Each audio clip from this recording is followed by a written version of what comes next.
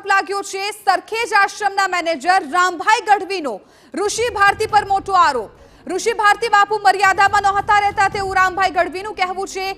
ઋષિ ભારતી બાપુના રૂમમાંથી વાંધાજનક વસ્તુઓ મળી આવી છે। વિશ્વેશ્વરી ભારતી માતા રૂમમાંથી પણ વાંધાજનક વસ્તુઓ મળી છે। સાધુ સંતો સંત વેશમાં જ હોવા જોઈએ, બંને લોકો અલગ વેશમાં હતા। વિશ્વેશ્વરી ભારતી માતા પોતાને સંત કહે છે, પરંતુ એમને એક દીકરી છે। આવો આક્ષેપ લગાવવામાં આવી રહ્યો છે। મહત્વપૂર્ણ છે કે આશ્રમ છે વિવાદમાં છે, ત્યારે હવે મેનેજર રામભાઈ ગઢવીનો પણ આ એક આક્ષેપ।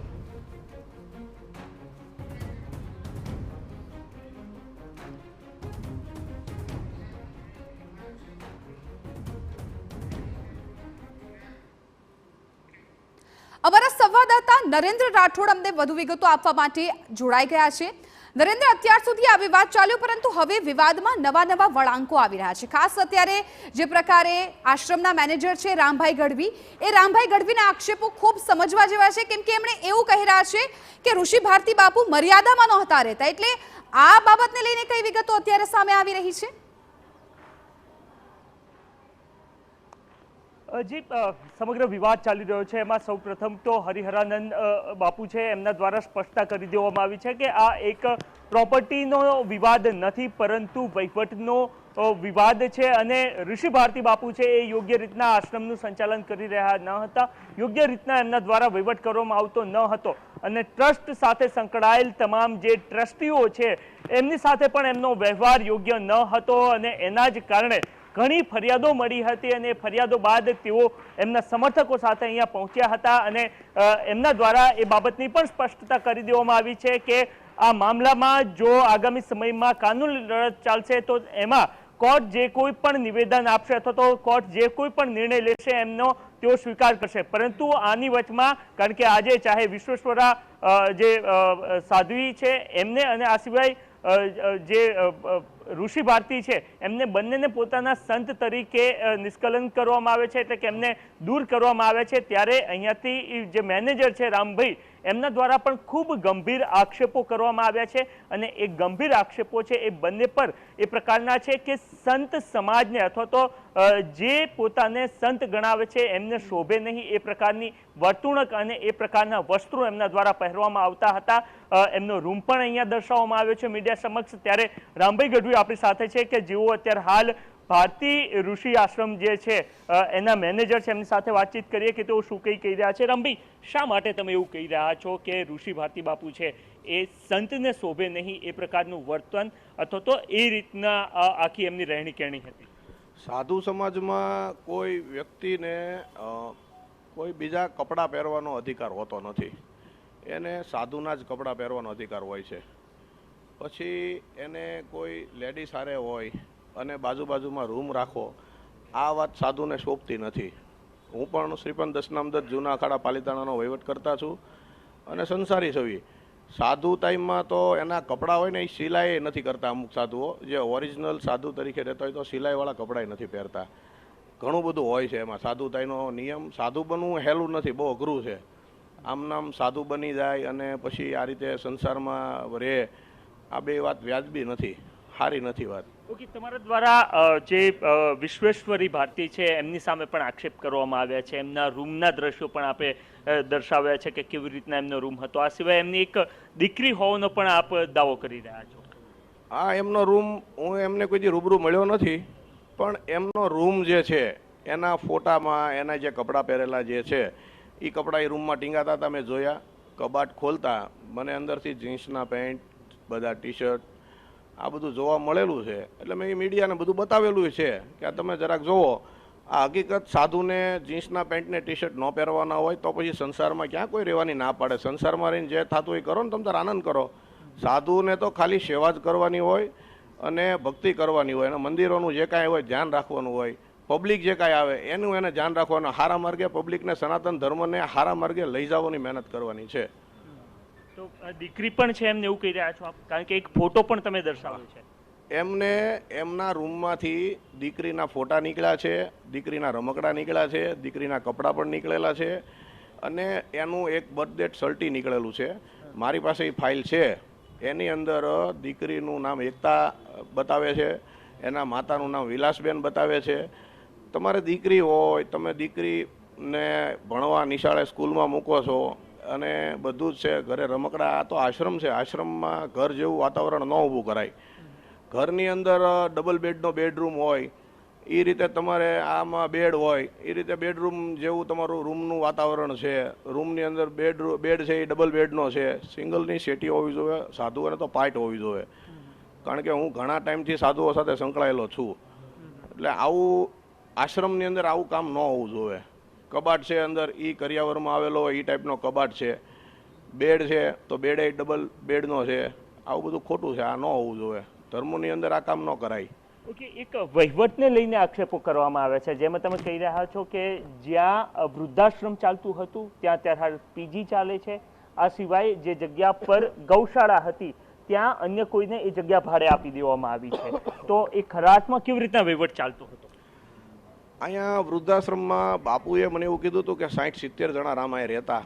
આવું હરિહરાનંદ બાપુએ મને કીધું હતું. હું હરિહરાનંદ બાપુના બહુ નજીકમાં આવેલો વ્યક્તિ છું.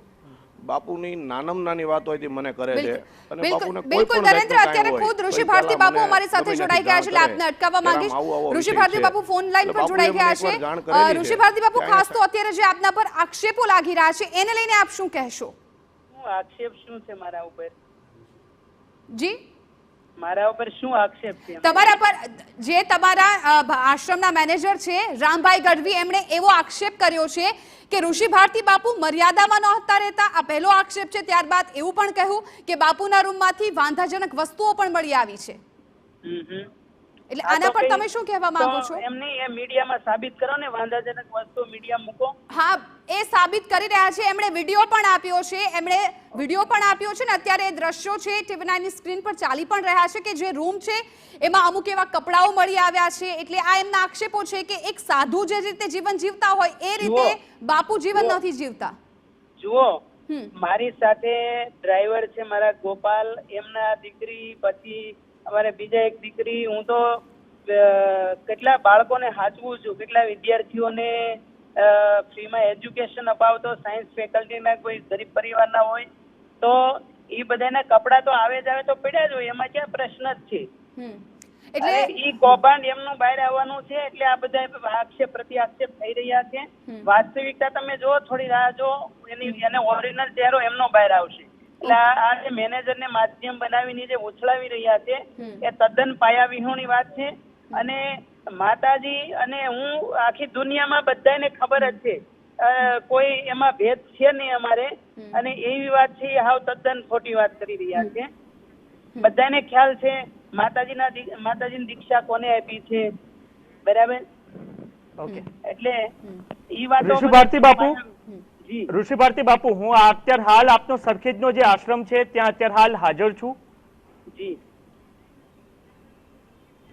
અહીંયાથી એવા આક્ષેપ કરવામાં આવી રહ્યા છે કે જે વૃદ્ધાશ્રમ ચાલતું હતું એ વૃદ્ધાશ્રમની જગ્યાએ અત્યારે હાલ પીજી કરી દેવામાં આવ્યું છે, પીજી હોસ્ટેલ ચલાવવામાં આવી રહી છે આપના દ્વારા. અને જ્યાં અગાઉ જે છે ગૌશાળા ચાલતી હતી, 50 થી 60 જેટલી ગાયો હતી અને એ જગ્યાને મંડપ સર્વિસ વાળા લોકોને આપણે રેન્ટ પર આપી દીધી છે. આ પ્રકારના પણ આક્ષેપ થઈ રહ્યા છે અને એના જ કારણે ટ્રસ્ટીઓ આપની સામે હતા.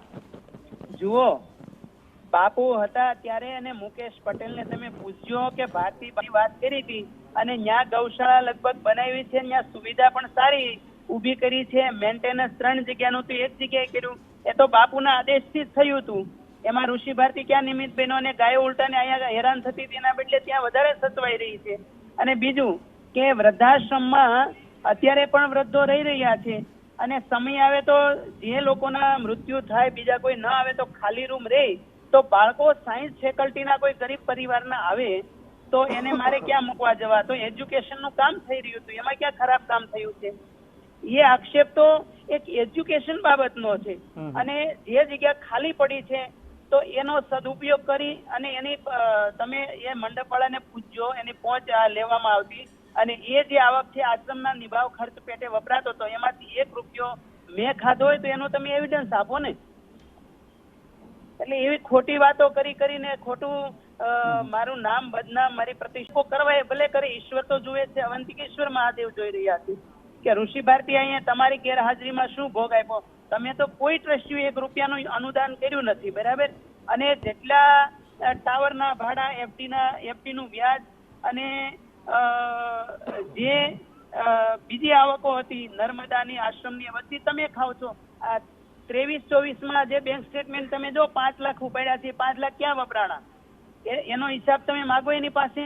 બાપુ બ્રહ્મલીન થયા ત્યારે લગભગ 43 લાખ જેટલા પૈસા પડ્યા હતા, એ પૈસા સીધા ભરીને લઈ ગયા, મર્સિડીઝ લઈ ગયા, એ બધું ક્યાં ગયું, બરાબર. એટલે ખોટા વ્યક્તિને ખોટા કહેવાનું રાખો, સાચા વ્યક્તિને સાચું કહેવાનું રાખો. એવા આક્ષેપ પ્રતિ આક્ષેપ વાસ્તવિકતા બહાર આવે ત્યારે ખ્યાલ આવશે. ભારતી બાપુ, પણ અત્યારે જે તો પ્રકારે આ ખરા અર્થમાં વહીવટનો વિવાદ છે કે પછી નહીં? બે પ્રશ્નો આપને કહું કે પછી પ્રોપર્ટીનો વિવાદ છે? કારણ કે હરિહરાનંદ બાપુ છે એવો સ્પષ્ટ કહી રહ્યા છે કે આ વિવાદ છે એ ખરા અર્થમાં પ્રોપર્ટીનો છે જ નહીં.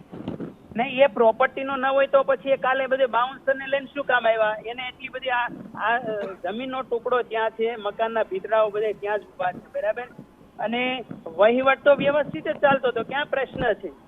માત્ર ને માત્ર તમે જુઓ 100 જેટલા બાઉન્સરો લઈને આવે, એના પૈસા અત્યારે ક્યાંથી વપરાય છે, કોણે આપ્યા, તમને એનો હિસાબ માંગો ને. અને જે મેનેજર કહી રહ્યો છે તું કયા લાલચથી ત્યાં આવ્યો છે, એને પૂછો, મેનેજરને પૂછો તમે કેટલા પૈસા છે મેનેજર તરીકે, અને એનું તમે ઈ મેનેજર છે ભાઈ, અને જ્યાંથી આવ્યો છે ત્યાંનું તમે એના બાયોડેટા કાઢો આખા.